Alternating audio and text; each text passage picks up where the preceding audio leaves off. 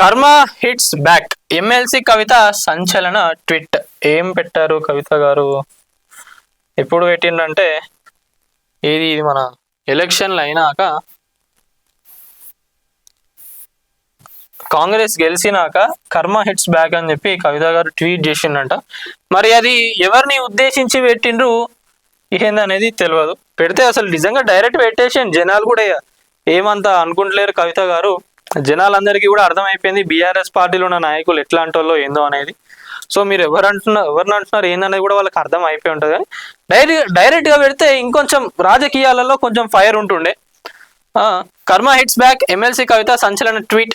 తెలంగాణ జాగృతి అధ్యక్షురాలు ఎమ్మెల్సీ కవిత జూబ్లీహిల్స్ ఎన్నికల ఫలితాలు వెలువడిన నేపథ్యంలో వివాదాస్పద ట్వీట్ చేశారు.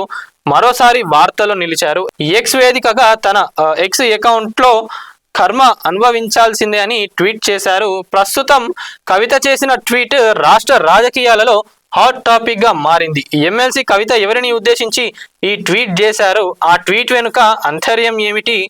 బీఆర్ఎస్ ఓటమిని ఉద్దేశిస్తూ ఆమె ఈ ట్వీట్ చేశారా అనే చర్చ జరుగుతోంది.